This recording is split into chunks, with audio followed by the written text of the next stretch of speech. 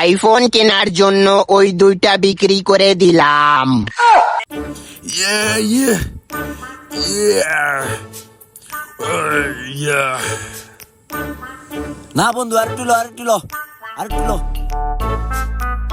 এ বন্ধু কদ্দুর মাফ একটু বাড়াই আলো। এই বিষারি বন্ধু হবে না। আমাদের এগুলো দিয়ে আমাদের আইফোন 14 প্রো যাবে না। আমার সব বেচে লাইবো, আমার তো আর কিছু রাখবো না, আমার একবারে খালি করে দিব। এটা তো করা হইব না, আমার যা আছে সব খালি করে দিতেছে।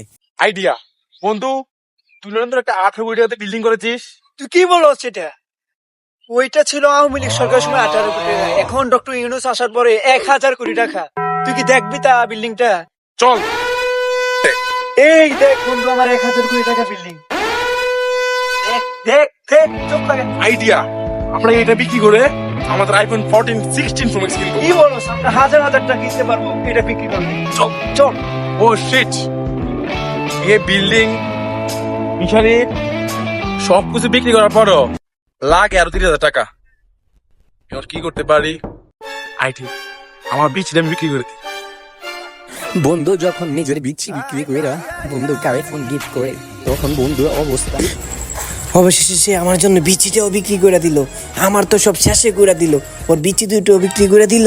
হাই বন্ধু, 100 টাকার বিল্ডিং, আমার পিসারি, আমার বিচি, এগুলো বিক্রি করার পর যাক অবশেষে বন্ধুকে 16 কোটি টাকার আইফোন 16 প্রো ম্যাক্স উপহার দিলাম। চল বন্ধু কাছে কিছু বলি, চল।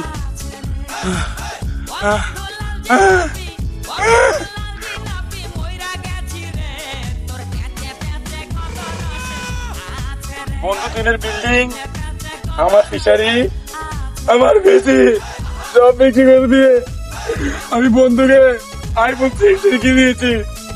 ওই বন্ধু তুই এখন কি চাস তুই? আর তো আমি আর কিছু চাই না, চলে এসেছিল একটা, তোদের সবাইকে একটা উড়াধুরা পার্টি দিই, চল।